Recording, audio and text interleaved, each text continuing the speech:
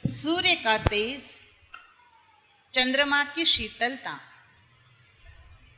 धरती का धैर्य, पर्वतों की अडिगता, नदियों की निरंतरता, वृक्षों की निस्वार्थता, फूलों की कोमलता, फलों की सरसता, समस्त जीवों की चैतन्यता में व्याप्त, सृष्टि के कण कण में निहित कौशल्यानंदन श्री राम एवं ईश्वरांबानंदन साई राम के चरणों में मेरे कोटिशा नमन वंदन। आप सबके अंतस में विराजित आत्माराम को मेरा सादर प्रणाम। राम कथा रसवाहिनी के इस प्रवाह को और आगे बढ़ाते कुछ पल पीछे याद करते हैं। भक्तवत्सल श्री राम, भक्त शिरोमणि शबरी की समस्त इच्छाओं को फलीभूत करते हुए उनके समक्ष विराजित हैं। शबरी के नेत्रों में प्रेमाश्रु हैं।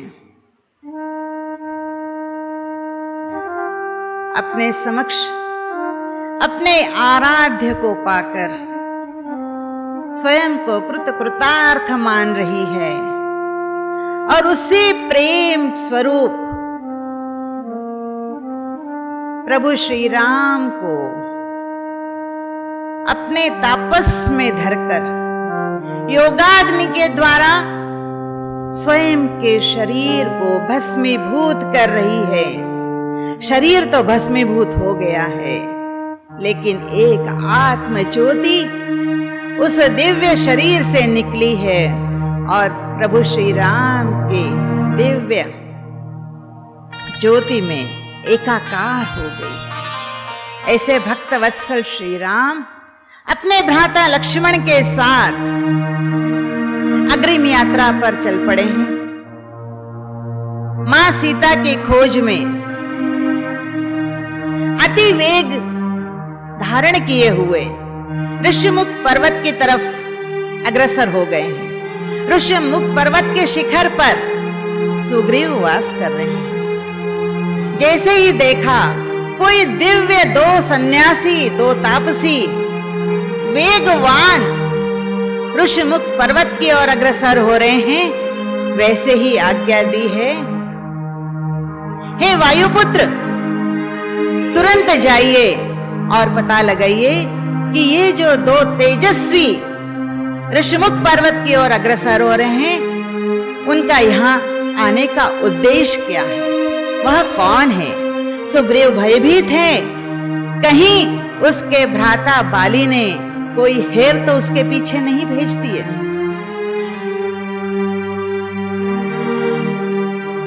वायुपुत्र हनुमान वायु वेग से ऋषिमुख पर्वत के उस स्थान पर आते हैं जहां दोनों भ्राता अग्रसर हो रहे हैं। लेकिन उस समय हनुमान जी ने अपना वेश त्याग दिया है, ब्राह्मण वेश धारण कर लिया है, क्योंकि एक सन्यासी से अगर वार्ता करनी है तो उन्हीं के जैसा बनकर जाना है।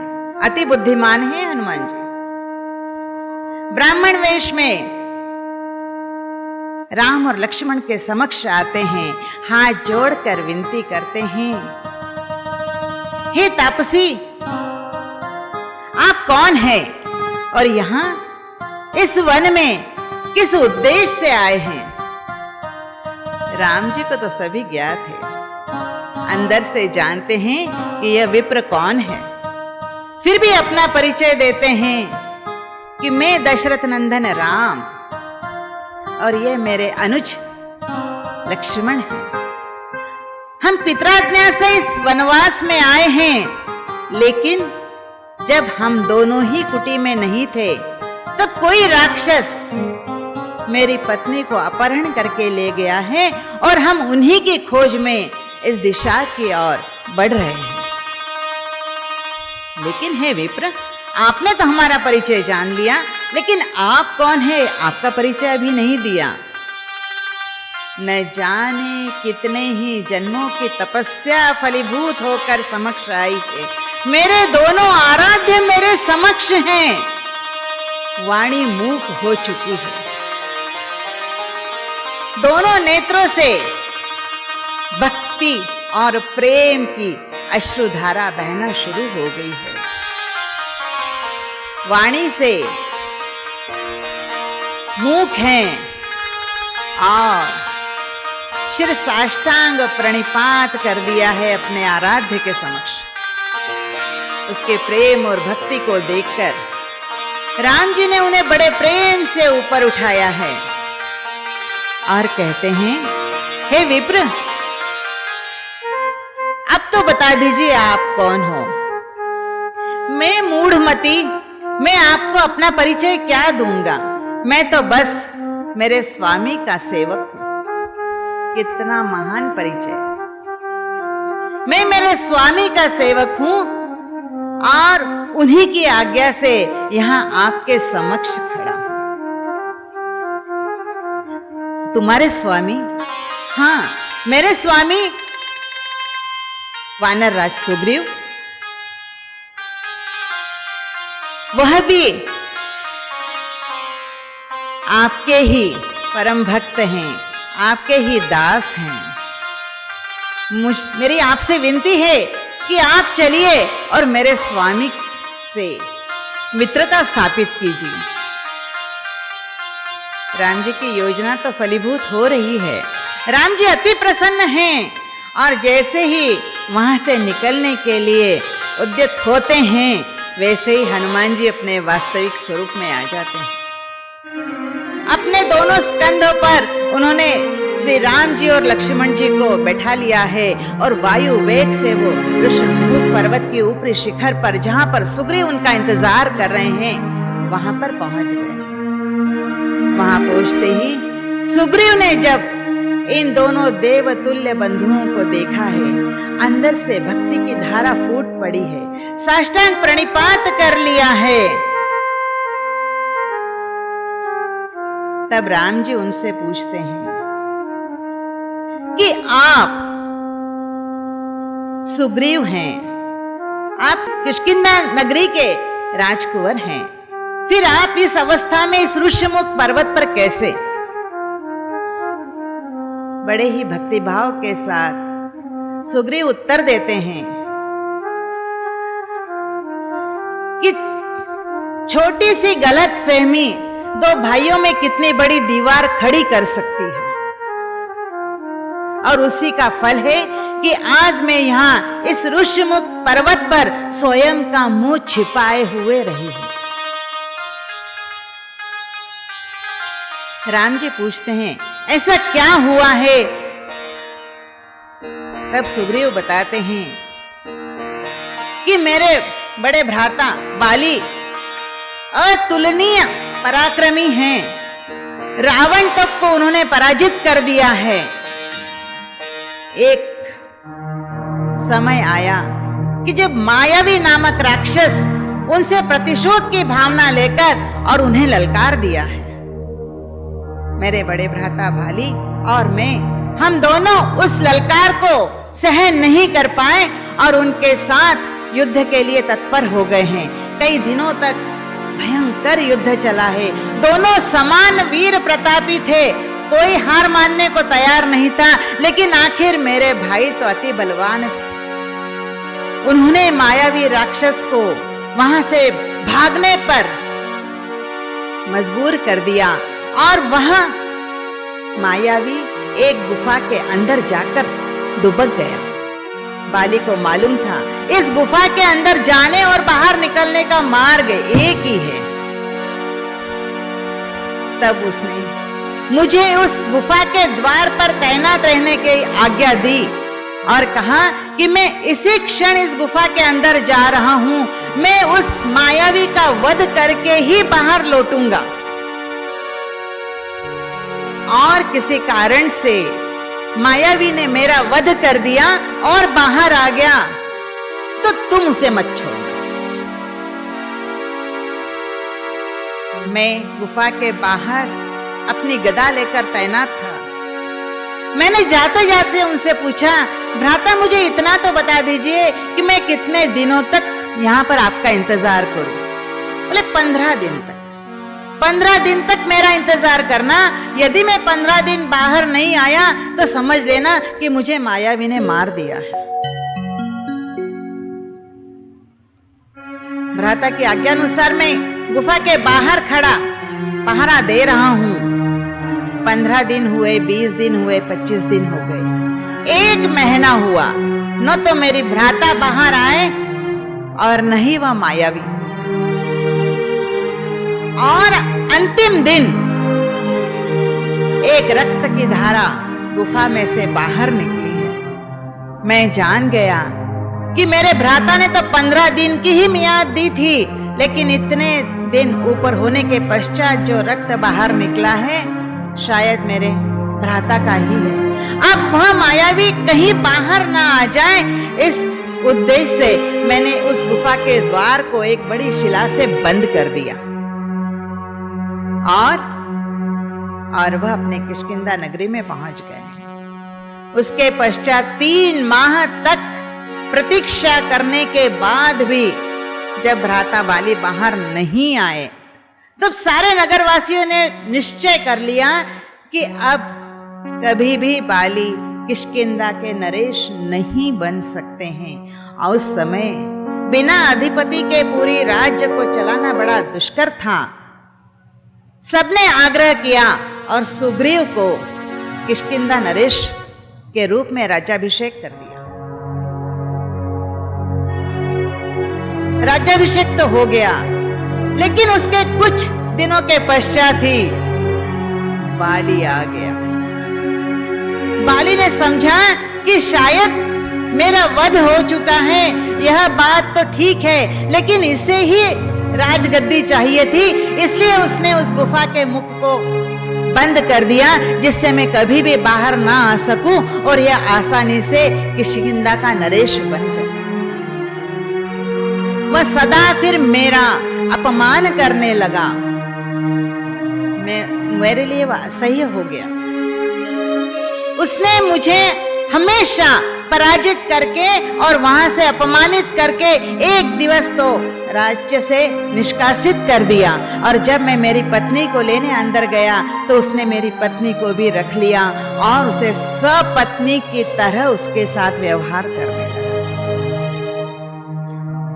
तब से लेकर मैं आज तक इसी ऋषिमुख पर्वत पर हूं, क्योंकि यहां पर ही एक ऐसी स्थान है जहां पर बाली आ नहीं सकता। उसे श्राप मिला हुआ है किसी ऋषि से। मतंग ऋषि ने उन्हें श्राप दिया था कि अगर एक कदम भी इस ऋषिमुख पर्वत पर बाली ने रखा तो उसके शीश के हजारों टुकड़े हो जाएंगे। यह शायद श्राप मेरे लिए वरदान साबित हुआ, और मैं तब से लेकर आज तक इसी पर्वत पर हूं।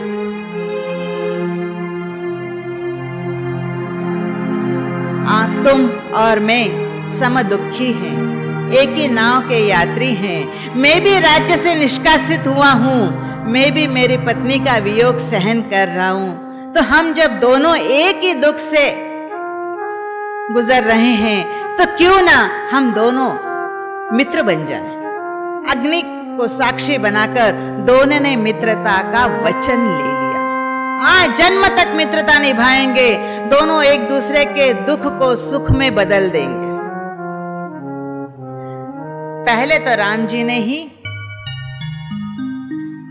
नहीं सुग्रीव, पहले तुम्हारा दुख और भय उससे मुक्ति दिलाना मेरा कर्तव्य है।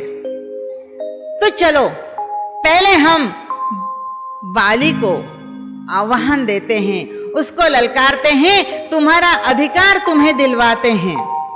लेकिन सुग्रीव जो बाली के पराक्रम से परिचित था, राम के पराक्रम से नहीं था, उसने कहा मित्र, लेकिन बाली अति पराक्रमी है, अतुलनीय बलवान है, उसका सामना करना सहज नहीं है।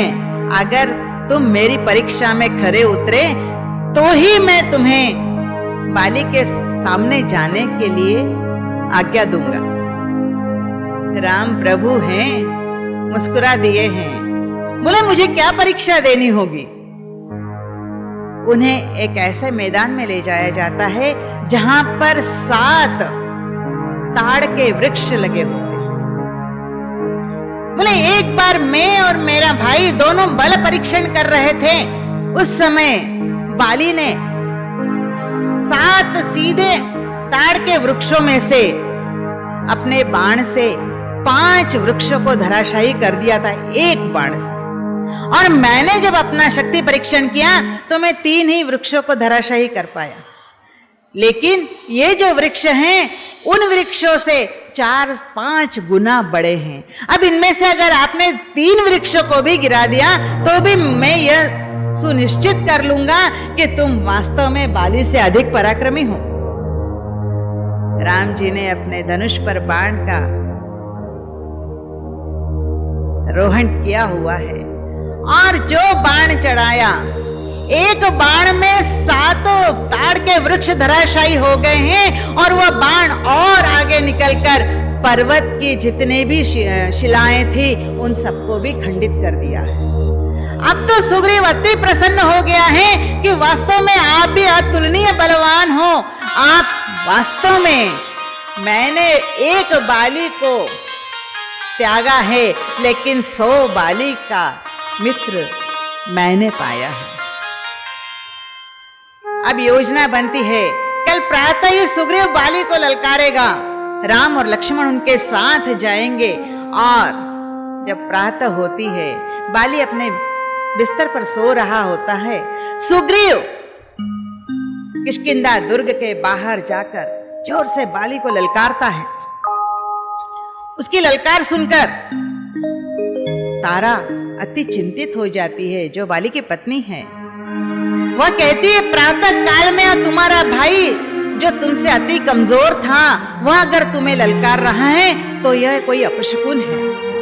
आप उनके ललकारने पर भी स्वामी बाहर ना जाइए, उनका सामना ना कीजिए। मैंने सुना है कि 2 तपस्वी युवा उनके साथ हैं, वो अति बलवान हैं। मेरी आपसे विनती है कि आप आगे नहीं जाएं, उनका सामना ना करें। लेकिन बाली तो अपने अहंकार में मस्त था।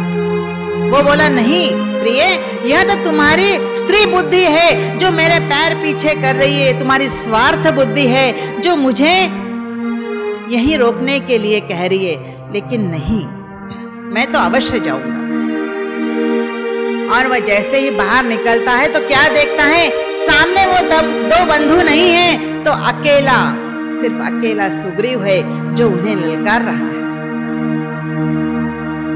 देखते से ही अति प्रसन्न हो जाता है, अपना समस्त बल एकाग्र करके और उस सुग्रीव के ऊपर आक्रमण कर देता है। उनके घूसों को और उनके गदा के प्रहार को सुग्रीव सहन नहीं कर पाता और वहां से भाग निकलता है। भागते भागते जैसे इतनी दूर भाग जाता है कि ऋषिमुख पर्वत पर जाकर ही पुनः दूसरी सांस लेता है। पीछे पीछे राम और लक्ष्मण चले आ रहे हैं। राम के पास जाकर बोलता है, हे मित्र, इतना ही अपमानित करना था तो मुझे उत्साहित ही क्यों करवाया? मैं तो इंतजार कर रहा था। मैं जब मार खा रहा था तो मुझे लगा था कि अब आप आओगे, आपका बाण आएगा और बाली का वध कर देगा। लेकिन आप किस वक्त का इंतजार कर रहे थे?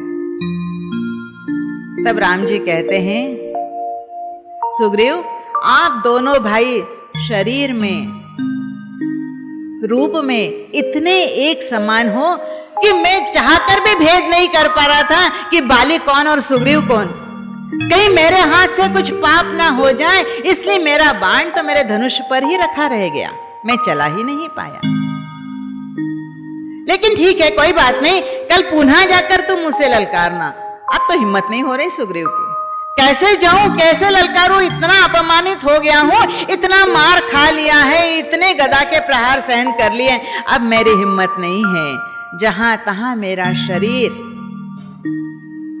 रक्त से लथपथ हो रहा है। राम जी उसके शरीर पर अपने प्रेम से हाथ घुमाते, सारी जितने भी घाव थे स्वच्छ हो चुके हैं। पुनः चैतन्य आ गया है और दूसरे दिन के लिए पुनः वह तैयार हो जाता है अपने भाई को ललकारने के लिए। प्रातः ही पुनः निकलने की तैयारी है। उस समय राम जी वन फूलों की एक माला बनाते हैं और उसके गले में डाल देते हैं। बोले, स्वामी ये क्यों डाला है? बोले, ये माला इसलिए कि जब तुम दोनों युद्ध करोगे, आमने सामने होगे, तो इस माला से मैं पहचान जाऊंगा कि तुम कौन हो और भ्राता बड़ा कौन है।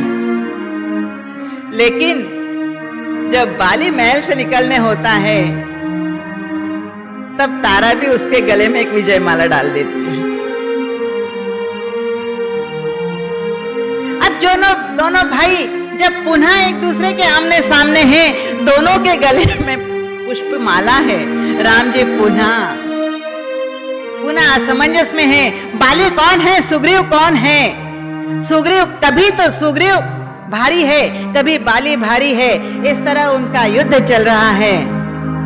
एक समय आता है कि सुग्रीव बाली के गदा के प्रहार से अति विभल हो जाता है और उस समय वह सच्चे दिल से मन ही मन में भगवान राम जी को पुकारता है। हे प्रभु, अब तो मेरी परीक्षा मत लीजिए, अब तो मेरी सहायता के लिए आ जाइए। और वह हृदय से हृदय की पुकार भगवान तक पहुंच जाती है। भगवान के धनुष से एक बाण निकलता है, सीधा बाली के वक्षस्थल को भेद कर निकल जाता है। बाली वहीं गिर जाता है। जैसे ही बाली जमीन पर गिरता है,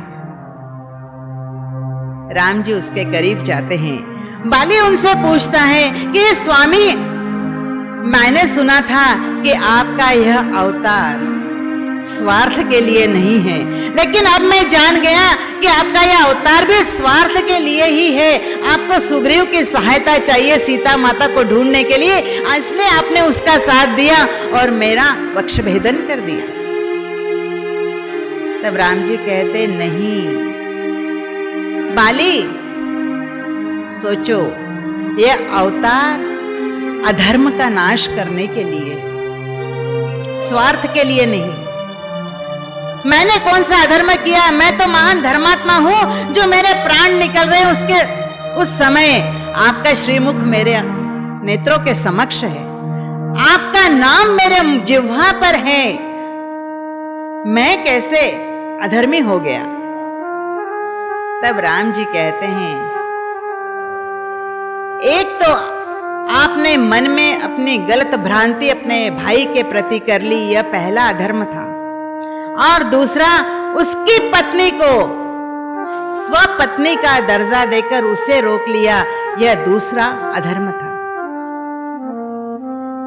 भाभी, बहन और बहू, ये तीनों ही मात्र स्वरूपिणी हैं। उनके ऊपर अगर कोई कुदृष्टि रखता है तो वह महान पातकी होता है, और उस पातकी का वध करना कोई पाप नहीं है। मतलब मृत्यु से पहले बाली को दिखा दिया कि तुमने जीवन में कौन से पाप किए हैं जिसके कारण तुम्हें आज यह मृत्यु प्राप्त हुई है। यह है रामायण। उसके पश्चात बाली उस श्रीमुख की तरफ देखते हुए अपने अंतिम श्वास लेते हैं और शरीर त्याग देते हैं। उस समय अंगद को अधिकार दिया जाता है, सुग्रीव को अधिकार दिया जाता है। लक्ष्मण को किष्किंधा नगरी में भेजकर सुग्रीव का राज तिलक किया जाता है और अंगद को राजकुंवर युवराज घोषित कर दिया जाता है। अब चूंकि उस समय वर्षा काल है, अब बारी है, क्योंकि राम जी ने तो अपना वचन निभा दिया, अब वचन निभाना है सुग्रीव को। वर्षा के समय वानरों को गतिमान होने में काफी कष्ट होता है, इसलिए विनती की गई है हनुमान जी के द्वारा कि हे प्रभु, जैसे ही वर्षा काल समाप्त होता है हम सीता जी की खोज के लिए अग्रसर हो जाएंगे। 4 महीने बीत जाते हैं, वर्षा काल समाप्त हो जाता है, शरद ऋतु का आरंभ हो जाता है, समस्त पृथ्वी हरी भरी हो जाती है, पुष्पवान हो जाती है। उस समय राम जी लक्ष्मण जी को कहते हैं कि भक्त हनुमान को याद दिलाओ कि सुग्रीव को अब अपने कर्तव्य पूर्ण करना है। और सुग्रीव तत्पर हो जाते हैं, अपने सभी वानर सेना को एकत्रित कर देते हैं। 4 सेनापति का चुनाव हो जाता है, चारों दिशाओं में वानर सेना को भेज दिया जाता है, पूर्व पश्चिम उत्तर दक्षिण चारों दिशाओं में अपने अपनी सेना के साथ सेनापति निकल पड़ते हैं। गुफा कंदराओं वन में, नदियों के तल पर सब दूर जाकर सीता माता की खोज की जाती है, लेकिन सुग्रीव ने उन्हें एक समय बंधन दिया था, इतने समय के अंदर ही आपको सीता माता को खोजना है। समयावधि पूर्ण होने में सिर्फ 3 दिवस बाकी है। हनुमान जी सबके नेता थे, एक स्थान पर सभी वानर सैनिकों को एकत्रित किया जाता है। सभी के चेहरे मलिन हो चुके हैं, सिर्फ 3 दिवस शेष है, लेकिन सीता माता का अभी कहीं भी पता नहीं लगा है। हम शायद अपने स्वामी को कैसे मुंह दिखाएंगे जब हम उनके कार्य में अभी सफल ही नहीं हुए। अत्यंत दुखी हैं। समुद्र के किनारे सभी विचार विनिमय कर रहे हैं। उसी समय जांबवंत जी कहते हैं कि नहीं, हम उनके कार्य कर रहे हैं, प्रभु की सेवा कर रहे हैं, उसमें सफलता तो हमें मिलनी है, क्योंकि हम सबके हृदय में उनका वास है। हम सुग्रीव को अपना स्पष्टीकरण नहीं दे सकते, लेकिन जिसके कार्य के लिए निकल पड़े हैं उसे तो हर पल की, हर क्षण की, हमारे हर विचारों की जानकारी है। हमें उन्हें स्पष्टीकरण देने की कोई आवश्यकता नहीं है। उसी समय ध्यान जाता है एक वृद्ध गिद्धराज पर। वह शुद्ध जल में तिल के साथ श्राद्ध करने के लिए वहां पर आया हुआ है। उसको देखते ही कुछ वानर लोग उसके समीप जाते हैं। तब वह स्वयं का परिचय देता है कि मैं जटायु का बड़ा भाई संपाति हूं। मेरे जटायु मृत्यु को प्राप्त हो गया है और उसका श्राद्ध तर्पण करने के लिए ही मैं इस स्थान पर उपस्थित हुआ हूं। लेकिन इतनी सारी वानर सेना पहली बार मैं इस तट पर देख रहा हूं, क्या उद्देश्य है? तब वह बताते हैं कि प्रभु श्री राम अपनी पत्नी सीता जी की खोज में निकले हैं और हम उनके सेवा कार्य के लिए स्वयं को समर्पित किए हुए। यह सुनते ही संपाति अति प्रसन्न हो जाते हैं। वह स्मरण करते हैं उस क्षण का। एक बार संपाति और जटायु दोनों अपने शक्ति परीक्षण के लिए सूर्य की तरफ उड़ान लगाते हैं। जटायु तो कुछ दूर तक जाकर स्वयं वापस आ जाते हैं, क्योंकि वह सूर्य का तेज, सूर्य की गर्मी को सहन करने में अक्षम हैं। लेकिन संपाति सोचते हैं कि कुछ भी हो जाए, मैं पीछे नहीं हटूंगा और मैं सूर्य तक पहुंचकर रहूंगा, मैं सफल होकर ही रहूंगा। और जैसे जैसे मैं बोले, संपाति बोलते हैं, मैं आगे उड़ता जा रहा था। सूर्य की गर्मी से, उसकी तीव्रता से मेरे पर धीरे धीरे धीरे धीरे नष्ट होते, झुलसते जमीन पर गिर रहे थे। और एक क्षण ऐसा आया कि मैं पत्थर की भांति आसमान से नीचे भूमि पर आकर गिर गया। तब से लेकर आज तक मैं उड़ने में असमर्थ हूं। एक दिन मैं अति क्षुधित था। मैंने मेरे पुत्र सुपर्ण को कहा कि मैं अति क्षुधित हूं, तुरंत जाकर मेरे लिए कुछ भक्ष्य लेकर आओ। वह उड़कर जाता है, लेकिन कितने ही समय पश्चात तक वह वापस नहीं आता।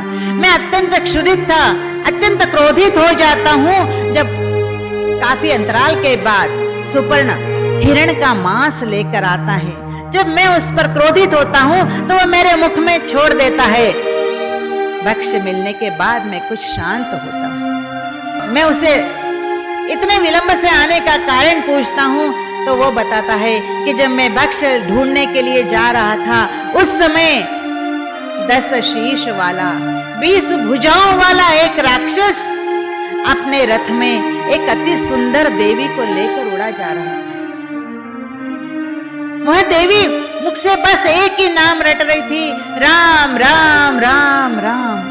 और मैंने सोचा कि मैं कितने भी प्रयत्न करूं, लेकिन उस राक्षस से उस देवी को छुटकारा देकर ही रहूंगा। लेकिन मैं असमर्थ रहा। मेरी उड़ान शायद उससे कम थी और वह पुष्पक दक्षिण दिशा की ओर उड़ चला, जिसमें वह देवी सीता राम राम राम कह रही थी। आज मुझे याद आया, मैं जब मेरे सारे पंख गिरकर जमीन पर गिरा था, उस समय चंद्रमा नामक एक ऋषि वहां से गुजर रहे थे। जब उन्होंने मुझे इस अवस्था में देखा तो मुझ पर कृपा कर दी, मेरे अहंकार को अपने उपदेशों से नष्ट किया और मुझे यह वरदान दिया कि एक समय आएगा जब यहां से एक वानर सेना गुजरेगी, जो सीता जी, जो राम जी की पत्नी हैं, उनके शोध कार्य के लिए निकलेंगी, अपने स्वामी की सेवा के लिए निकलेंगी। और उस वानर सेना के साथ जब तुम उन्हें मार्गदर्शित करोगे कि वह सीता जी किस दिशा में हैं, किसके आश्रय में हैं, उस समय तुम्हारे जले हुए पंख पुनः निकल आएंगे, तुम पुनः जीवन प्राप्त करोगे। और यह बात कह ही रहे थे, उसी समय उनका शरीर छोटे छोटे पंखों से भर गया है। उन्होंने अपने पंख को हिलाना शुरू कर दिया है और देखते देखते ही उनमें नव चेतना जागृत हो गई। मैं मेरे उद्देश्य पूर्ण कर चुका हूं, लेकिन हे वानर सैनिक, अब तुम तुरंत ही दक्षिण दिशा की ओर, समुद्र के उस पार त्रिकुट पर्वत पर स्थित लंका में पहुंचो। वहां पर सीता जी एक सुंदर अशोक वाटिका में समस्त राक्षसों से घिरी हुई बैठी है। इन वानरों को बड़ा आश्चर्य लगता है, आप तो यहां पर हैं, आप कैसे जानते हैं कि सीता जी त्रिकुट पर्वत पर राक्षसों के बीच घिरी पड़ी है? वह कहते हैं, यह हम गिद्धराजों का गुण है, हम 400 योजन तक दूर स्पष्ट देख सकते हैं और उसी दृष्टि से मैं यह सब कुछ स्पष्ट देख रहा हूं। अब आप वानरों में से जो भी 100 योजन दूर समुद्र को एक उड़ान में लांघ लेगा, तो वह लंका पहुंच जाएगा और वहां आपको सीता जी के दर्शन हो जाएंगे। जटायु के भाई संपाति अपने पंख को हिलाते हुए वहां से निकल जाते हैं। सभी जांबुवंत, नल, नील, अंगद, दास, हनुमान चिंता में बैठे हैं। इतना बड़ा सागर एक छलांग में कौन लांघ सकता है?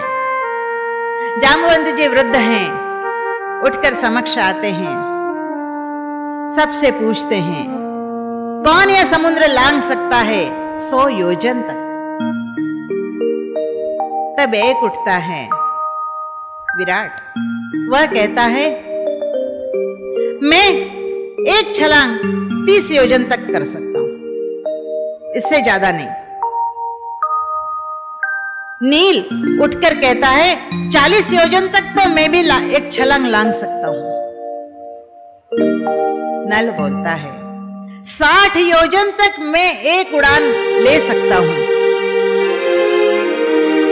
युवराज अंगद बोलते हैं, 100 योजन की उड़ान मैं ले सकता हूं, लेकिन यह संभव नहीं है कि 100 योजन उड़ान के पश्चात मैं वापस फिर आ सकूं। शायद इतनी शक्ति, इतनी ताकत मुझ में ना रहे, क्योंकि वहां जाने के पश्चात अगर संभव हुआ तो राक्षसों के साथ युद्ध भी करना होगा।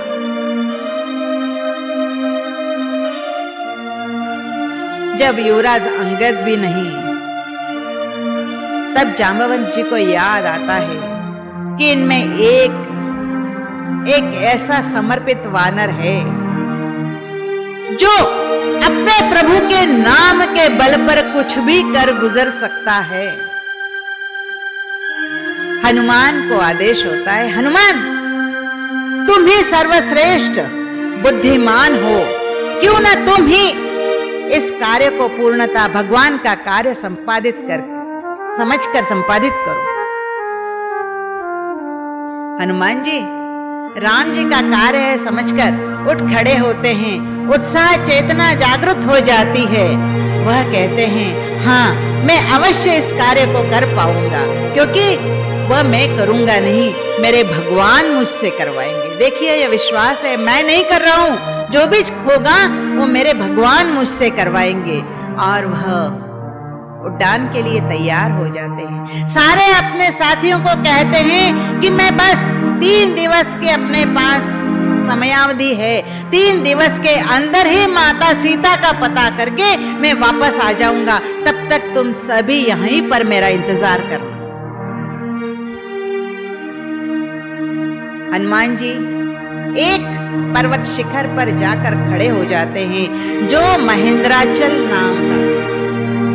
इतनी तीव्र, इतनी तेज, इतनी वेगवान, इतनी ताकतवान उड़ान थी हनुमान जी की कि जब उन्होंने उड़ान ली, वायु का वेग इतना तीव्र हो गया कि उस वेग से उस मंदराचल पर्वत पर जितने भी विशाल वृक्ष थे धराशायी हो गए और वह पर्वत उस बल से पाताल लोक में चला गया।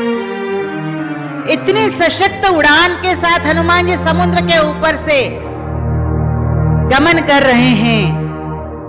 समुद्र के अंदर मैनाक पर्वत है। समुद्र ने सोचा कि जब हनुमान जी अपने भगवान के कार्य के लिए अग्रसर हो रहे हैं तो यदि हम उनकी कुछ सहायता कर दें तो शायद उस सेवा में हमारा भी कुछ हाथभार हो जाएगा। मैनाक पर्वत धीरे से समुद्र के ऊपर आता है, हनुमान जी को कहता है कि हे रामदूत, कुछ क्षण के लिए यहां विश्राम कर लो। 100 योजन की उड़ान में बहुत थक जाओगे।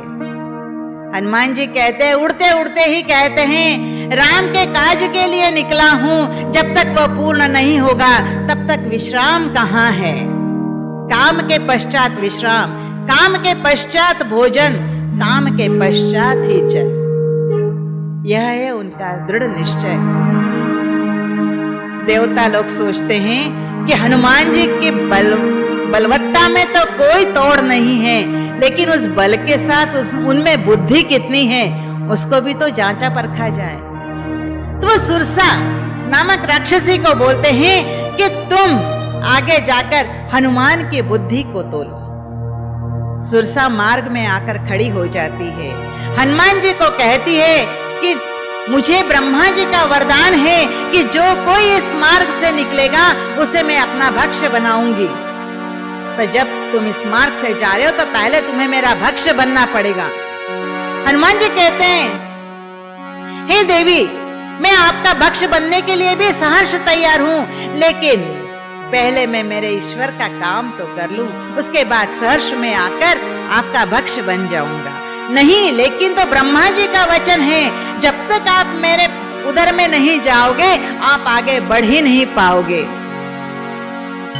हनुमान जी मुस्कुरा देते हैं, भगवान राम का नाम अपने मुख में लेते हैं, राम राम राम, और धीरे धीरे उनका शरीर का आकार विराट होता जाता है।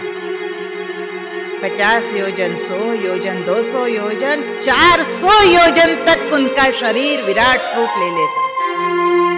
अब उस शरीर को अपने मुख में डालने के लिए सुरसा को भी अपना मुख बढ़ाना ही पड़ता है। जहां तक 400 योजन हनुमान जी का शरीर विराट हो चुका है, उसका मुख 500 योजन तक का बड़ा हो जाता है।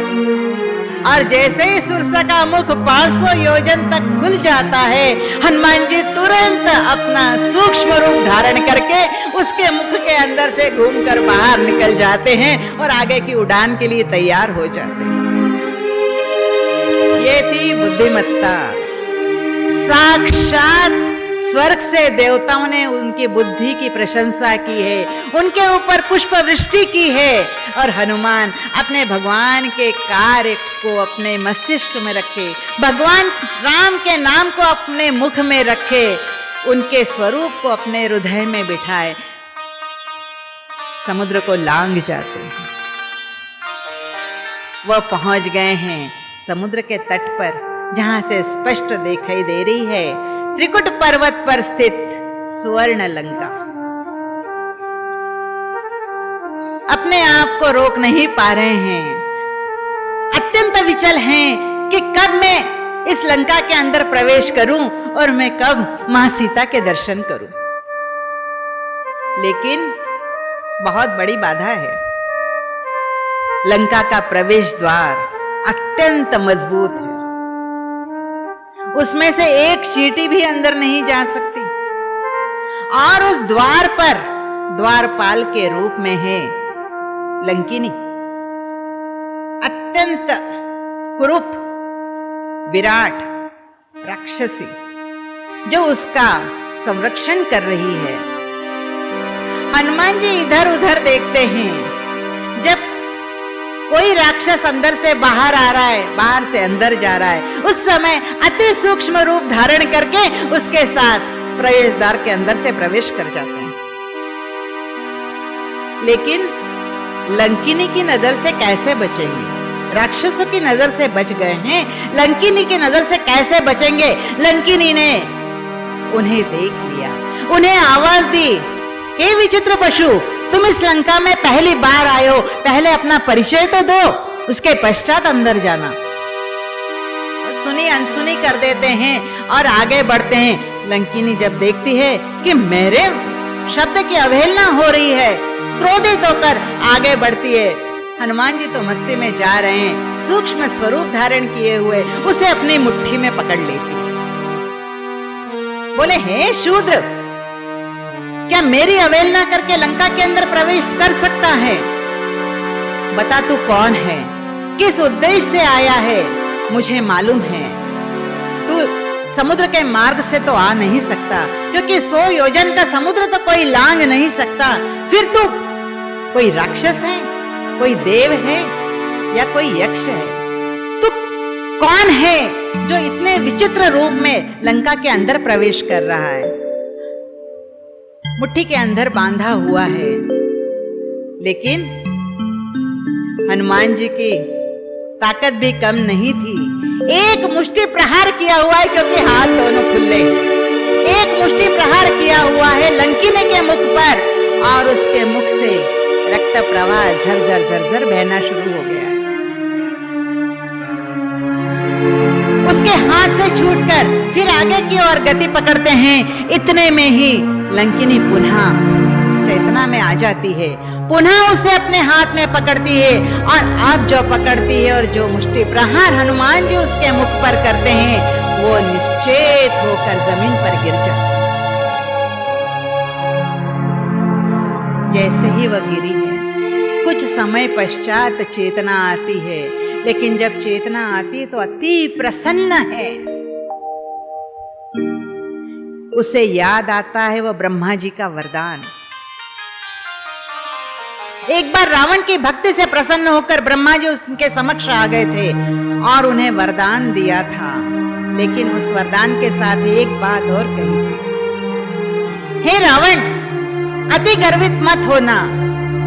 जिस दिन एक वानर इस नगरी में प्रवेश करेगा और उसके मुष्टि प्रहार से तेरी पहरेदार आहत हो जाएगी, उस दिन समझ लेना, उस दिन से तेरा विनाश करीब करीब आ रहा है। तेरी शक्ति क्षीण होती जाएगी, तेरी माया धूमिल होती जाएगी। वह अति आनंदित है कि शायद यही वानर है जिसने मुझे मुष्टि प्रहार करके आहत किया है। अब रावण का विनाश सुनिश्चित है। यह होते होते रात्रि हो जाती है। रात्रि के समय इतनी सुंदर, इतनी विराट लंका में सीता जी को कहां खोजा जाए? मन में कल्पना की हुई है सीता जी अति सुंदर होगी, लेकिन सुना है मेघनाथ की वधू भी अति सुंदर है। मैं कैसे समझ पाऊंगा कि वह सीता है? सारे नगरी में घूम रहे हैं, हर घर में जा रहे हैं, सूक्ष्म रूप में हैं, हर खिड़की से झांक कर देख रहे हैं कि क्या यहाँ सीता है, यहाँ सीता है, यहाँ सीता है। पूरी रात्रि बीत जाती है, लेकिन कहीं भी सीता जी का पता नहीं चलता। आखिर थक जाते हैं। प्रातः ब्रह्म मुहूर्त का समय है। ऐसे एक घर के ऊपर जाकर बैठे हैं जिसके द्वार पर श्री हरि लिखा हुआ है। आंगन में प्रातः जल का सिंचन किया हुआ है और तुलसी का एक वृक्ष उस घर के आंगन में लगा हुआ है। अति प्रसन्न होते हैं। इस राक्षस की नगरी में भी कोई हरि भक्त रहता है। धीरे से झांक कर देखते हैं, एक अति शांत, तेजस्वी ऐसा व्यक्ति बस अपने बिस्तर पर उठकर ही बैठा है और हरि का चिंतन कर रहा है। यह देखते ही अति प्रसन्न होते हैं और ब्राह्मण का वेश धारण कर लेते हैं और उस दरवाजे के अंदर से अंदर प्रवेश कर जाते हैं। समक्ष एक ब्राह्मण को देखकर वह गृहपति अति आश्चर्यचकित है। हे विप्र, तुम इस राक्षसों की नगरी में और यहां तक मेरे गृह में कैसे प्रवेश कर गए? तुम कौन हो? पहले अपना परिचय दो। तब हनुमान जी परिचय देते हैं, मैं मेरे राम का दूत हूं, मैं मेरे राम का दास हूं, मैं सीता माता की खोज करने यहां पर आया हूं। लेकिन हे विप्र, आप भी तो अपना परिचय दीजिए। तब वह गृहस्वामी कहते हैं, मैं अति अभागा विभीषण हूं, जो लंकाधीश का छोटा भाई हूं। मैं यहां पर उन्हीं के आश्रय में हूं, इसलिए ना तो मैं मेरे ईश्वर का नाम ले सकता हूं, ना मैं उनका यज्ञ कर सकता हूं, ना ही मैं उनका ध्यान कर सकता हूं। मैं अति दुखी हूं, मैं इससे मुक्त होना चाहता हूं, जिससे मैं प्रभु की भक्ति पूर्ण आनंद के साथ कर सकूं। लेकिन तुम तो राम जी के, मेरे हरि के भक्त हो, तुमने उनकी इतनी सानिध्यता कैसे प्राप्त की है? हनुमान जी को तो बस मौका ही चाहिए था। उन्होंने कहा, मैं सिर्फ उनका नामस्मरण नहीं करता, मैं उनकी सिर्फ भक्ति नहीं करता, तो मैं उनके कार्य भी करता हूं, इसलिए मैं उनके अति समीप हूं। मतलब उन्होंने अनजाने में विभीषण को बोल दिया कि राम के कार्य में अगर तुम सहायता करोगे तो तुम भी राम का सानिध्य प्राप्त कर सकते हो। जब यह बात पता चलती है कि हनुमान जी सीता जी की खोज में यहां पर आए हुए हैं, विभीषण जी तुरंत बता देते हैं कि हाँ, मेरा भाई रावण दुष्ट भावना मन में लिए हुए सीता जी का हरण कर कर लाया है और उसने उन्हें अशोक वाटिका के अंदर राक्षसों के मध्य रखा हुआ है। लेकिन वहां जाना सहज नहीं है, न जाने कितनी राक्षसियों के पहरे में वो बैठी हुई है।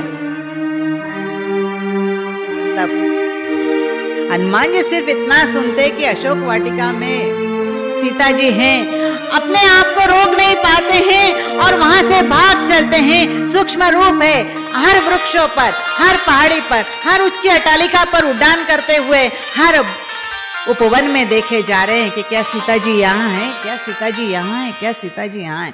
आखिर थक जाते हैं और वापस विभीषण के पास आ जाते हैं।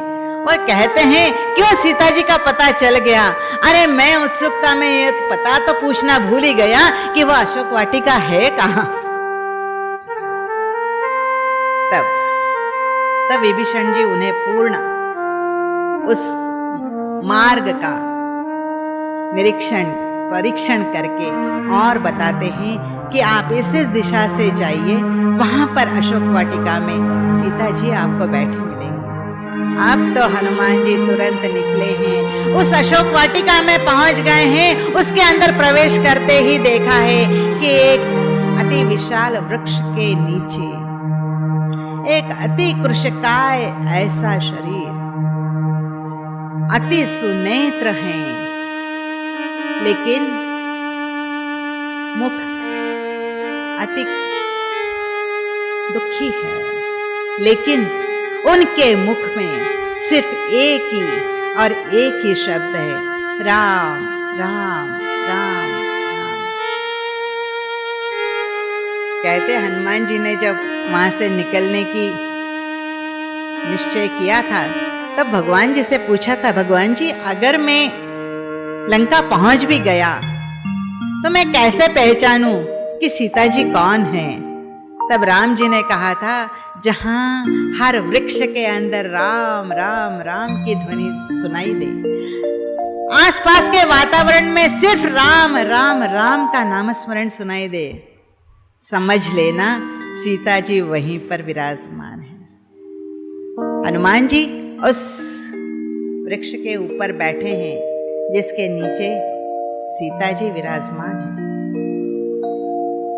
नेत्रों से आंसू बह रहे हैं। इतने में अनेक वाद्य बजना शुरू हो जाते हैं। एक रथ पर एक राजा का वेश धारण किए हुए कोई राक्षस नुमा आकृति उस अशोक वाटिका की तरफ आती है और उसी के पीछे अनेकों दासियां हैं जो हाथ में न जाने कितने ही भेंट वस्तुओं की थाल लिए आए हुए हैं। धीरे धीरे वह रथ अशोक वाटिका के द्वार पर आकर थम जाता है।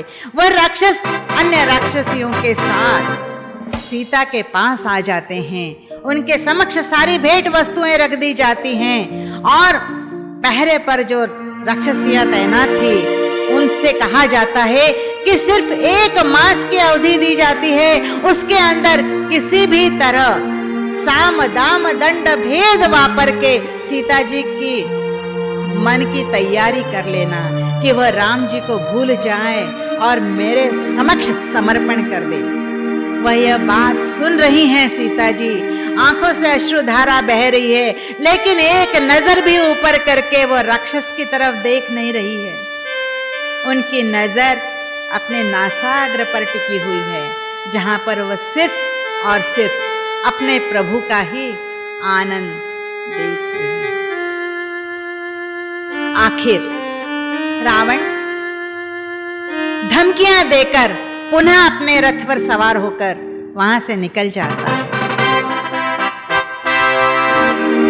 वृक्ष पर बैठे हुए सूक्ष्म हनुमान जी यह देखते हैं, सहन नहीं हो रहा है, लेकिन अपने आप को रोके हुए है, क्योंकि अभी सीता जी की चारों तरफ अनेकों राक्षसियां हैं। वह अवसर की प्रतीक्षा में है कि कब सीता जी अकेली हो और वो उनके समक्ष उपस्थित हो जाए। एक अवसर मिलता है जब सारी राक्षसियां उनसे दूर चली जाती हैं। उसी समय अवसर पाकर हनुमान जी वृक्ष पर से वह मुद्रिका उनके समक्ष डाल देते हैं, जो राम जी के हाथ में सतत रहती थी, जो राम जी ने उन्हें बड़े प्रेम से दी थी। हनुमान जी जैसे ही मुद्रिका डालते हैं, सीता जी का ध्यान उस तरफ जाता है। उस मुद्रिका को हाथ में लेकर देखती हैं, पहचान जाती हैं, यह तो मेरे भगवान की मुद्रिका है। क्या भगवान यहां आ गए हैं? लेकिन तुरंत मन में विचार करते हैं, यह तो मैं राक्षसों की नगरी में हूं, समुद्र के उस पार मेरे भगवान हैं, उनकी मुद्रिका मेरे समक्ष कैसे आ सकती है? शायद कोई राक्षस की ही कोई योजना है जो मुद्रिका के रूप में मेरे समक्ष आ गई। लेकिन उसी समय उनके कानों में धीमे धीमे आवाज आती है, श्री राम श्री राम श्री राम। इस राक्षस की नगरी में, लंकापुरी में राम नाम करने वाला कौन होगा? ऊपर ध्यान जाता है तो छोटा सा वानर वृक्ष के ऊपरी टहनी पर बैठा हुआ है, आनंद में है, राम का नाम स्मरण कर रहा है। जैसे ही सीता जी उसे ऊपर देखती है, इशारे से नीचे बुलाती है, हनुमान जी समक्ष आकर बैठ जाते हैं। क्या बोले, यह मुद्रिका तुमने लाई है? हाँ, मैं राम का दूत हूँ, मेरा नाम हनुमान है, मैं राम का संदेश लेकर यहाँ आया हूँ। मैं कैसे विश्वास करूं कि इस राक्षस नगरी में रामदूत यहाँ तक आ सकता है, वह भी इतने सूक्ष्म रूप में। मुझे प्रमाण दो कि तुम मेरे राम के दूत हो। तब हनुमान जी कहते हैं, आप राम जी को कृपा सिंधु कहकर पुकारती हैं। यह सिर्फ एकांत की बात थी। सीता जी एकांत में रामचंद्र जी को कृपा सिंधु कहती थी, और राम जी ने यह बताया था कि सीता तुम्हारा जब परीक्षण करेगी तो तुमसे कुछ प्रमाण मांगेंगी, तो उन्हें सिर्फ इतना कहना कि सीता जी आपको कृपा सिंधु कहकर पुकारती थी। प्रमाण मिल गया। और एक प्रमाण दीजिए। चित्रकूट में जब एकांत में राम जी और सीता जी थे, उस समय जयंत ने उनके पैर में घाव कर दिया था, जहां से रक्त प्रवाह शुरू हो गया था। यह बात किसी को भी नहीं मालूम थी। वह उस प्रसंग को बताते हैं कि चित्रकूट में जयंत ने आपके पैरों में घाव किए थे। अब सीता जी विश्वास कर लेती कि वास्तव में यह जो है, यह मेरे प्रभु ने भेजा हुआ दूत है। अब वो प्रभु के बारे में पूछना शुरू कर दिए, राम जी कैसे हैं, भ्राता लक्ष्मण कैसे हैं, क्या उन्हें मेरी दया नहीं आ रही, क्या उन्हें कभी मेरी याद आती है, वो फिर अभी तक वहां कैसे हैं, क्या उन्हें मेरी मनोवेदना का जरा भी ख्याल नहीं है। तब हनुमान जी कहते हैं, माते राम जी भी उतने ही विह्वल हैं आपसे मिलने के लिए, और आपको खोजने के लिए ही उन्होंने मुझे यहाँ भेजा है, और यह आश्वासन भी दिया है कि बहुत जल्दी अपनी समस्त वानर सेना के साथ यहाँ पर आ जाएंगे। वानर सेना के साथ? हे पुत्र, क्या तुमने इन राक्षसों को नहीं देखा है? कितने सबल है, कितने विराट शरीर वाले हैं, उनके समक्ष ये वानर सेना क्या टिकने वाली है। खरबों राक्षस उनकी सेना में हैं, उनके साथ मुट्ठी भर वानर किस काम आएंगे, कब तक टिकेंगे?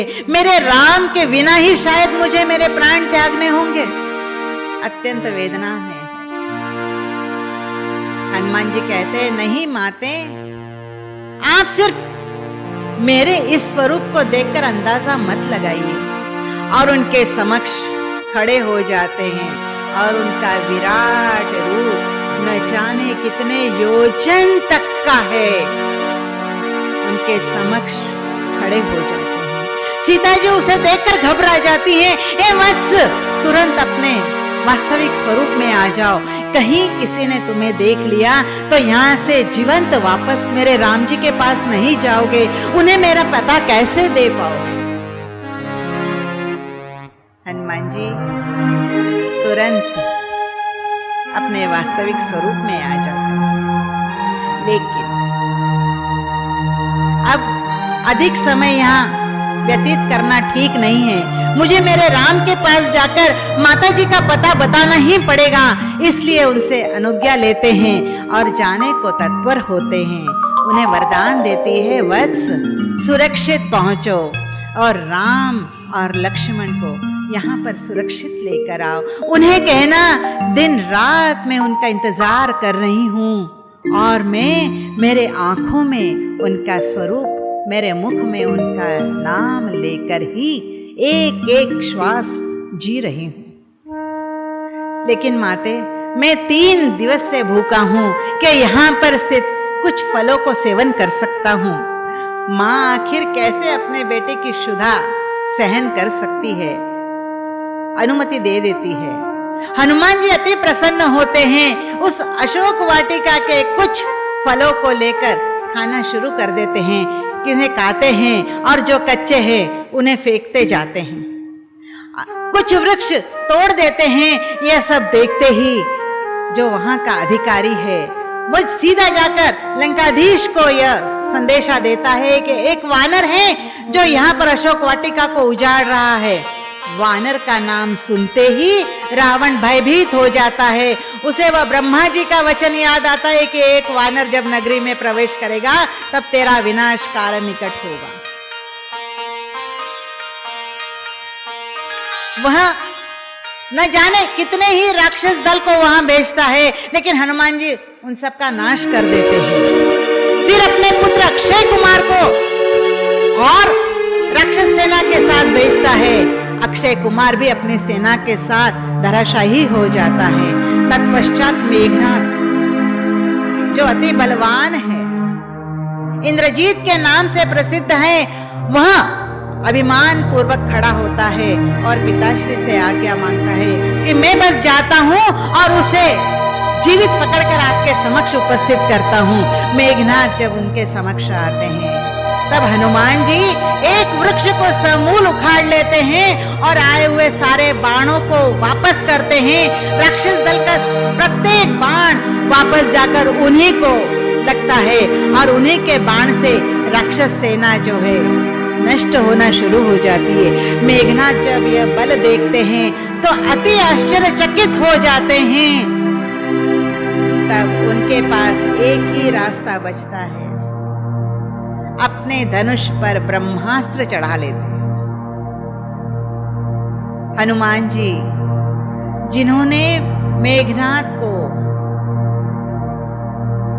अत्यंत लहूलुहान अवस्था में कर छोड़ा है, लेकिन उस परिस्थिति में जब ब्रह्मास्त्र धनुष पर चढ़ा हुआ है उसका सम्मान करते हैं, उस ब्रह्मास्त्र के समक्ष नतमस्तक हो जाते हैं और मेघनाथ उस अवसर का लाभ ले लेता है, उन्हें नागपाश में बांध लेता है।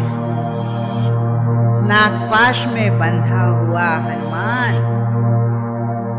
मेघनाथ उसे घसीटता हुआ मुख्य चौक पर ले जाता है। हर कोई उस बंधे हुए वानर को देखकर उसकी मजाक बना रहा है। हनुमान जी है वह स्वयं अत्यंत प्रसन्न हैं। वह तो उस अवसर के ताक में थे कि कब मुझे कोई बांधे और रावण के समक्ष ले जाए।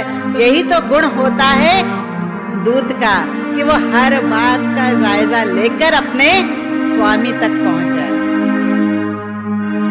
उस बंधी हुई अवस्था में उसे रावण के समक्ष उपस्थित किया जाता है।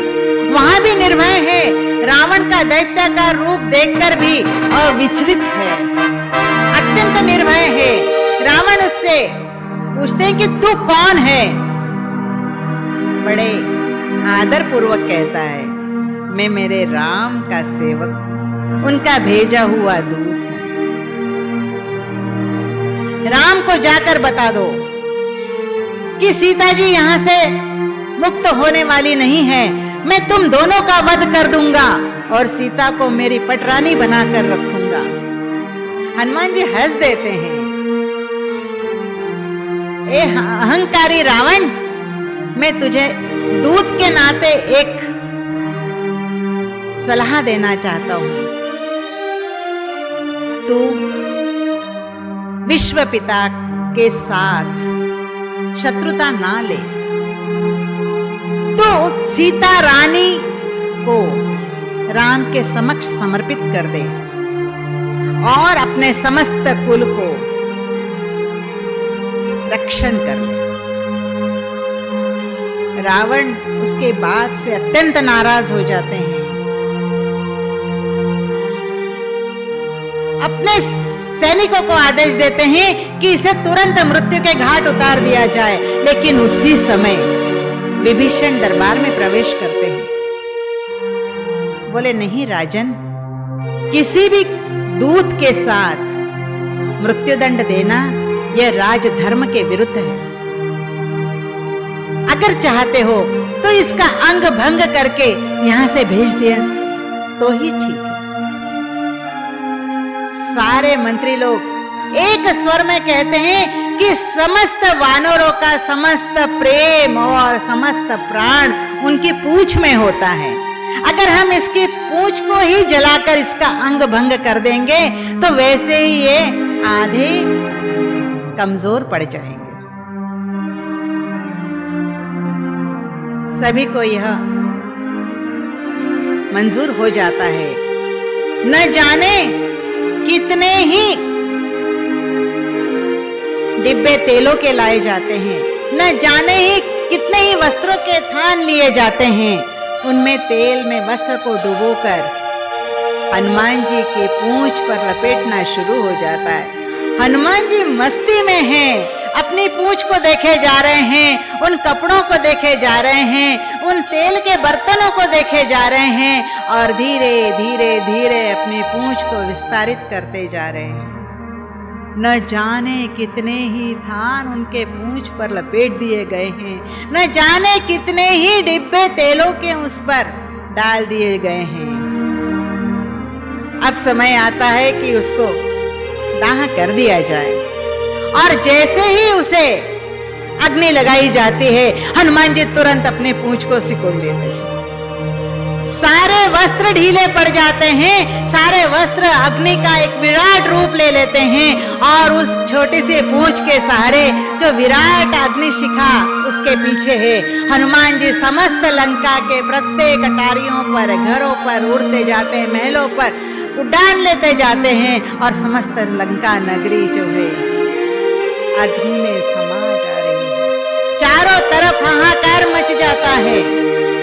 मंदोदरी महल से बाहर देखती है तो चारों तरफ सिर्फ बचाओ बचाओ बचाओ के आवाजें सुनाई दे रही है। चारों तरफ विकलता है, अत्यंत विचलित हो जाती है।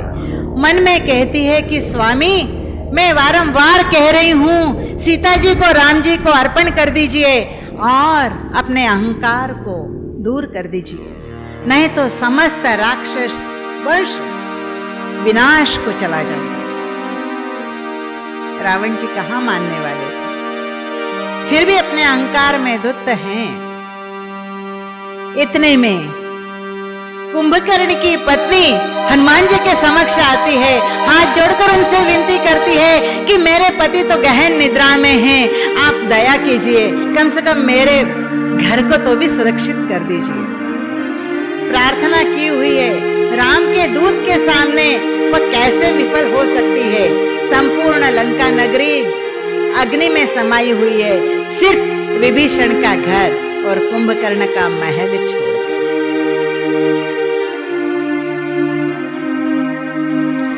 सीता जी को पता चलता है जब दूर वह धुएं के गुबार को देखती है, अग्नि के प्रकाश को देखती है, चिंतित हो जाती है।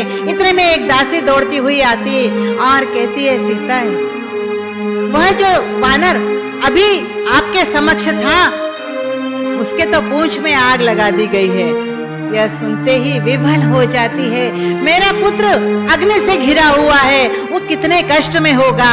प्रार्थना करती है, हे अग्नि देवता, मेरे पुत्र को अपनी अग्नि के तप्तता से सुरक्षित कीजिए। और उसी समय हनुमान जी अपने अग्नि कष्ट से मुक्त हो जाते हैं। वह पूंछ जो जल रही होती है तुरंत जाकर समुद्र में डुबो देते हैं और माता सीता के समक्ष हाथ जोड़कर आ जाते हैं। हे माते, मैंने मेरा कार्य कर दिया है, अब मुझे आज्ञा दीजिए कि मैं तुरंत अपने स्वामी के समक्ष जाकर आपकी सारी स्थिति को बयां कर सकूं। लेकिन जाते समय एक विनती करते हूं। बोली, माते, क्यों इतनी विरह, क्यों इतने कष्ट, क्यों इतने अपमान के साथ आप यहां जी रही हैं? मैं आपका पुत्र हूं, आप मेरे पीठ पर बैठ जाइए, मैं इसी क्षण आपको राम जी के पास ले जाऊंगा। सीता मां अत्यंत शांत भाव से कहती है, वत्स, फिर मेरे राम में और रावण में अंतर ही क्या रह गया? जब कोई नहीं था तब रावण मुझे अपहरण करके ले आया, और जब यहां पर कोई नहीं है तो तुम जो राम के दूत बनकर आए हो, मुझे अगर यहां से लेके गए तो जो अपमान रावण का हुआ है, क्या वह मेरे स्वामी का नहीं होगा? और मैं एक पतिव्रता हूं, पतिव्रत धर्म में किसी भी पर पुरुष का स्पर्श नहीं होना है। यदि मैंने तुम्हारा स्पर्श किया तो मैं मेरे पतिव्रत धर्म से कितनी दूर चली जाऊंगी। तब वह कहता है, माते, मैं पर पुरुष नहीं, मैं तो तुम्हारा पुत्र हूं, वात्सल्य भाव तुम्हें है, तब मेरे पीठ पर बैठने में क्या बुराई है? वह कहती है, नहीं वत्स, तुम मेरे लिए पुत्र हो, लेकिन इस संसार के दृष्टि में तो तुम पर पुरुष हो, और मैं यह अधर्म कभी नहीं करूंगी। वास्तव में सीता नारी धर्म को सिखाने के लिए ही तो इस धरा पर अवतरित हुई थी। हनुमान जी उनसे निकलते निकलते एक छोटी सी भेंट वस्तु मांगते हैं। माते, अगर मैं स्वामी के समक्ष गया तो उन्हें क्या प्रमाण दूंगा कि मैं आपसे मिलकर आया हूं? अपने जूड़े में लगा हुआ चूड़ामणि जो राम जी ने बड़े प्रेम से अपने हाथ से उनके जूड़ों में लगाया था, उसे निकालकर हनुमान जी के हाथ में दे देती हैं। बस इसे दे दो, राम जी पहचान जाएंगे। हनुमान जी उसे अपने प्राणों से भी अधिक जतन करके समुद्र को लांघ कर उस पार जाते हैं। उस पार सारा वानर दल उनकी प्रतीक्षा कर रहा है, क्योंकि तीसरा दिवस लग चुका है। जैसे ही हनुमान जी को समुद्र पर से आते हुए देखते हैं, सारे वानर समूह जय श्री राम, जय बलवीर हनुमान के नारे लगाना शुरू हो जाते हैं और हनुमान जी नीचे उतर आते हैं। हनुमान जी को आते देख उनके चेहरे की प्रसन्नता को देखकर सब जान जाते हैं कि सीता जी का पता लग चुका है, वह अपने उद्देश्य में सफल हो चुके हैं। सारा समूह दल अंगद उन्हें ले जाकर श्री राम जी के समक्ष उपस्थित कर देते हैं। राम जी सारे वानर समूह का मुख देखकर समझ जाते हैं कि वह अपने कार्य योजना में सफल होकर आए हैं, अति प्रफुल्लित हैं। वह एक शिला पर जाकर बैठ जाते हैं। जांबुवंत जी समक्ष जाकर सब कुछ बखान करते हैं कि किस तरह हनुमान समुद्र उड्डान करके लंका में प्रवेश किए हैं, किस तरह लंका में प्रवेश करके वह सीता माता के पास पहुंचे हैं, किस तरह उन्होंने संपूर्ण लंका का दहन किया हुआ है और किस तरह वह सीता मां से एक भेंट वस्तु लेकर पुनः वापस आप तक आ गए हैं। जब राम जी इन सब बातों का विवरण हनुमान जी से जानना चाहते हैं, तब हनुमान जी अति विनम्र भाव से हाथ जोड़कर कहते हैं, हे प्रभु, मैं साधारण सा वानर, छोटी छोटी उड्डान भरने वाला, क्या 100 योजन का समुद्र लांघने की ताकत मुझ में है? क्या लंका में जाकर लंकिनी को आहत करने की ताकत मुझ में है? क्या उस महाभयंकर रावण के समक्ष खड़े होकर ज्ञान की 2 बातें कहने की ताकत मुझ में है? क्या उस संपूर्ण लंका नगरी को अग्नि के अंदर डालने की ताकत मुझ में है? नहीं प्रभु, मैं तो कुछ भी नहीं। अगर आपका नाम मेरे साथ ना होता, अगर आपका रूप मेरी आंखों में ना होता, तो शायद मैं कुछ भी नहीं कर पाता।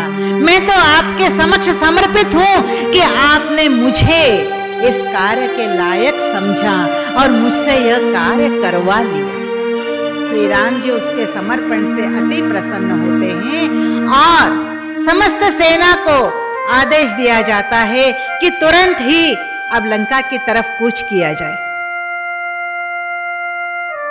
समस्त वानर सेना नल नील सुग्रीव अंगद जांबुवंत समुद्र तट पर आकर खड़े हैं, लेकिन एक हनुमान तो 100 योजन लांघ कर चले गए, लेकिन ये सारी वानर सेना समुद्र को लांघ कर लंका तक कैसे जाए? हर कोई राम जी से विनती कर रहा है, हे प्रभु, सिर्फ आप ही इसमें से मार्ग सुझा सकते हैं। जांबुवंत जी आगे आते हैं और कहते हैं, प्रभु, ये सागर तो आपके ही वंश के सगर और उनके पुत्रों से निर्मित हुआ है। आपकी आज्ञा से बाहर तो ये होगा नहीं। आप ही उनसे आदेश कीजिए, विनती कीजिए और समुद्र में मार्ग निर्माण कीजिए। राम जी सागर से प्रार्थना करते हैं, लेकिन सागर अपनी मर्यादा को कैसे लाए? वह भी बंधन में है। सृष्टि की हर रचना अपने बंधन में है। अपने धर्म को पूर्ण रूप से पालन किए हुए समुद्र अपना धर्म कैसे छोड़ सकता है? समुद्र में मार्ग कैसे बन सकता है? सागर उस बात को सुना अनसुना कर देते हैं। राम अत्यंत क्रोधित हो गए हैं, विनय किया है, अनुनय किया है, फिर भी सागर अहंकार नहीं छोड़ रहा है। अपने धनुष पर बाण चढ़ा देते हैं कि एक बाण से मैं सारे सागर को ही सुखा दूंगा। सागर भयभीत हो जाता है, अगर मैं सूख गया तो मेरे अंदर जो असंख्य जीव हैं उनका क्या होगा, सारी सृष्टि का क्या होगा। वह हाथ जोड़कर समक्ष आ जाते हैं। प्रभु, धर्म के विरुद्ध न तो आप जा सकते हैं ना मैं जा सकता हूं, लेकिन मैं आपको एक मेरी मंत्रणा अवश्य दे सकता हूं। आपके इस समस्त वानर सेना में 2 वानर ऐसे हैं जिनके पास विलक्षण शक्ति है। राम जी के धनुष पर बाण चढ़ा हुआ है, फिर भी आतुर हैं। ऐसे कौन से 2 वीर हैं जिनके पास विलक्षण शक्ति है? तब सागर बताते हैं, नल और नील। यह 2 इन्हें श्राप मिला है जो इस समय वरदान साबित होने वाला है। उन्हें कैसा श्राप? तब सागर बताते हैं कि तब नल और नील दोनों युवा थे, अपने अहंकार में थे, अपनी युवा शक्ति में मदमस्त थे। उस समय आश्रम में गए हैं। आश्रम में अनेक ऋषि जप ध्यान में तपस्या में लीन हैं। उन सबके समक्ष छोटे छोटे शालिग्राम रखे हुए हैं जिनकी अभी अभी पूजा की हुई है। नल और नील खेल खेल में उन सारे शालिग्रामों को इकट्ठा करते हैं और नदी में फेंक देते हैं। जब ऋषिगण ध्यान से उठते हैं और समक्ष शालिग्राम नहीं देखते तो पुनः ध्यान मग्न होते हैं। अपनी तपोबल से नल और नील की कृति उनके समक्ष आती है। वह उन्हें वहीं से श्राप देते हैं कि आज के पश्चात जल तत्व पर अगर इन्होंने कुछ भी डाला तो वह डूबेगा नहीं, ऊपर तैरेगा, और सिर्फ तैरेगा नहीं, वो एक दूसरे से सट जाएगा। तो हे प्रभु, वह दिया हुआ श्राप अभी वरदान है। आप नल नील के द्वारा इस पर पुल बना सकते हैं, क्योंकि उनके द्वारा डाली हुई कोई भी चीज समुद्र के अंदर डूबेगी नहीं, वह तो उसके ऊपर तैर जाएगी, आपस में संलग्न हो जाएगी। यह सुनते ही सब में एक उत्साह आ जाता है। रामचंद्र की जय, राम प्रभु की जय करते हुए हर वानर शिला लेने निकल पड़ा है, वृक्ष लेने निकल पड़ा है। राम जी के धनुष पर चढ़ा हुआ बाण चूंकि वह विफल नहीं होने वाला, राम जी ने उसे दूसरी दिशा की ओर छोड़ दिया है। वह जिस दिशा में गया है संपूर्ण मरुस्थल के रूप में वह बदल गया है। वहां के वृक्ष नष्ट हो गए हैं, वहां के पर्वत नष्ट हो गए हैं और चारों तरफ सिर्फ रेत रेत और रेत बन गई। अब इधर सारे वानर सेना अलग अलग वृक्ष और शिलाएं लेने के लिए निकल पड़ी हैं। कुछ लोग बैठकर उस पर राम का नाम लिख रहे हैं। राम जी सोचते शायद मैं भी अपना नाम लिखकर छोड़कर देखूं, क्योंकि किसी ने बताया कि अगर राम का नाम लिखकर कोई वस्तु छोड़ी जाए तो वो तैर जाएगी। राम जी ने अपने हाथ से ही एक पत्थर लिया। जब नाम के ऊपर पत्थर तैर सकता है तो यहाँ बैठे बैठे अगर मैं भी कोई पत्थर छोड़ूं तो वह भी तो तैर जाएगा। जब नाम से काम होगा तो मुझसे क्यों नहीं होगा। राम जी अपने हाथ में एक पत्थर लेकर समुद्र में छोड़ते हैं, पत्थर डूब जाता है। बड़ा आश्चर्य करते हैं।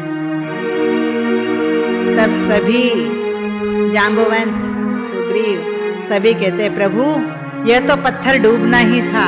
जिसे राम ने छोड़ दिया है उसे तो डूबना ही है, लेकिन जिसने राम का सहारा लेकर श्रद्धा भाव से कुछ छोड़ा है उसे तो तरना ही है।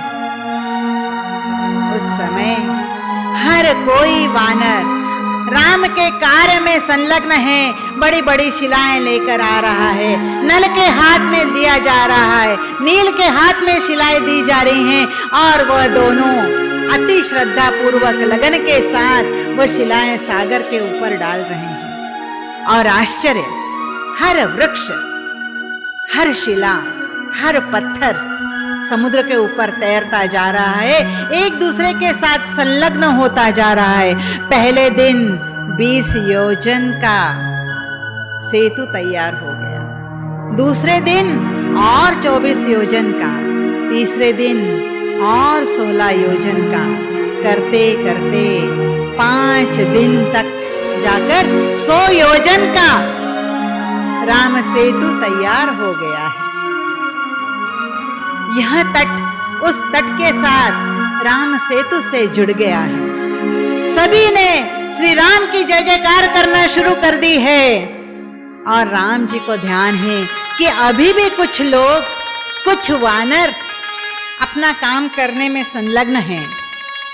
वह अभी भी कुछ शिलाएं लेकर आ रहे हैं, अभी भी कुछ वृक्ष लेकर आ रहे हैं।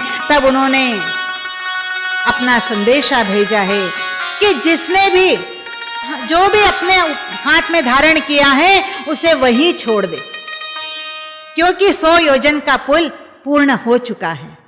हनुमान जी भी एक पर्वत को अपने हाथ में लेकर उड़ते हुए बड़े उत्साह के साथ आ रहे थे। जैसे ही राम जी का आदेश मिलता है उस पर्वत को वहीं रख दिया जाता है। और हनुमान जी जैसे ही राम जी के पास आने के लिए तत्पर होते हैं, क्या देखते हैं, उस पर्वत में से रुदन की ध्वनि सुनाई दे रही है।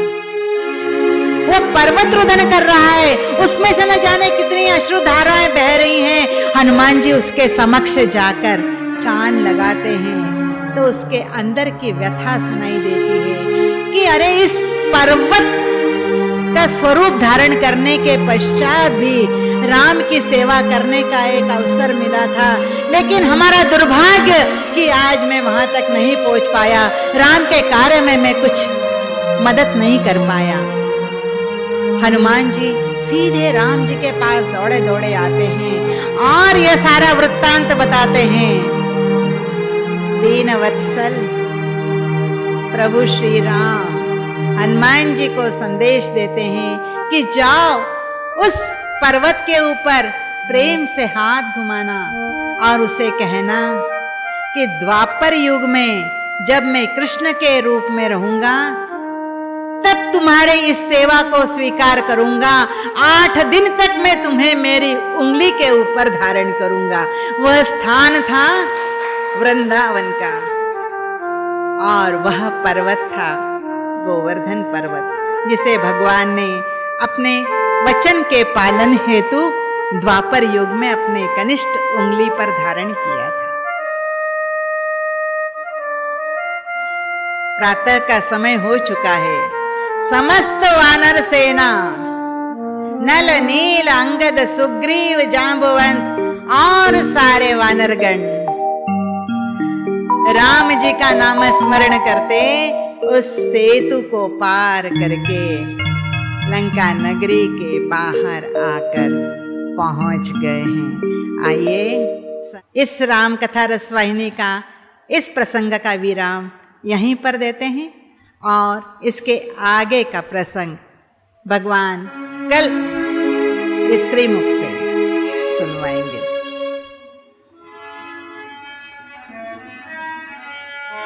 प्रेम मुदित मन से कहो राम राम राम, राम राम राम, राम राम राम, श्री राम राम राम।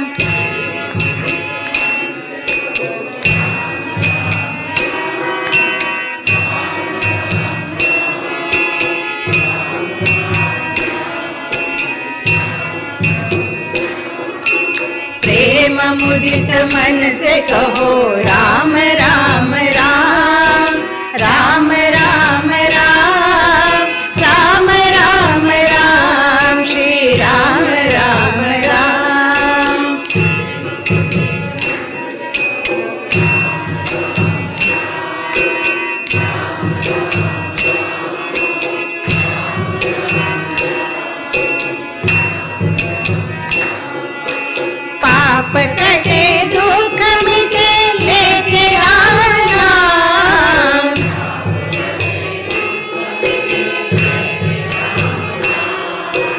पाप कटे दुख मिटे लेके राम नाम।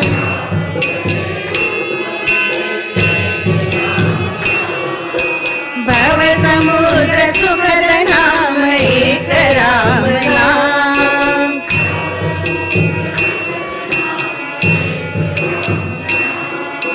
भव समुद्र सुखद नाम एक राम नाम।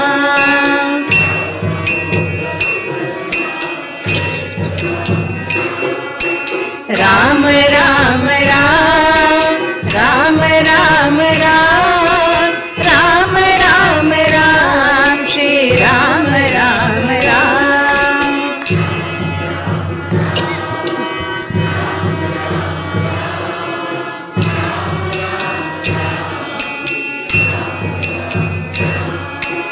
माता पिता बंधु सखा सब ही राम नाम।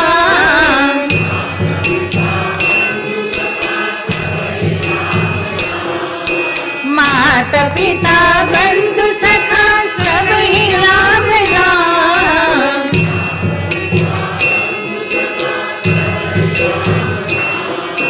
निराधार को आधार एक राम नाम।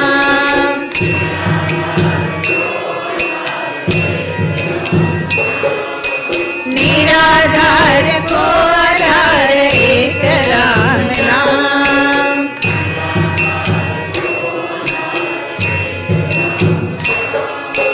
राम राम राम राम राम राम राम राम राम श्री राम राम राम।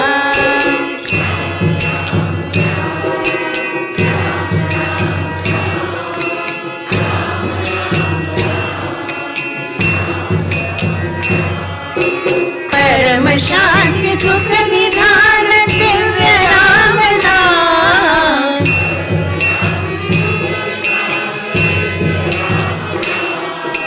परम शांति सुख निधान दिव्य राम नाम।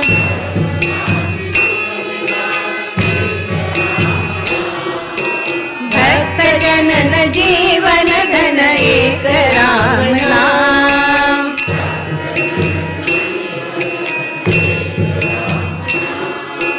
भक्त जनन जीवन धन एक राम नाम।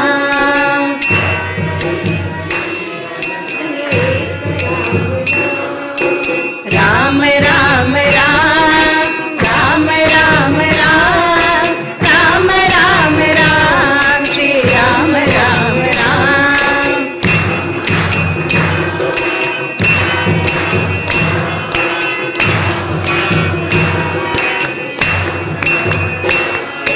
राम राम राम राम राम राम राम राम राम श्री राम राम राम।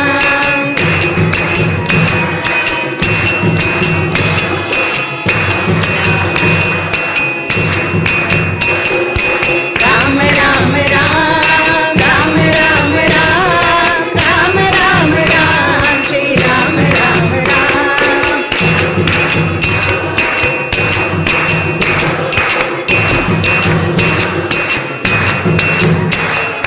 राम राम राम राम राम राम राम राम राम श्री राम राम राम। राम राम राम राम राम राम राम राम श्री राम राम राम। राम राम राम राम राम राम श्री राम राम राम।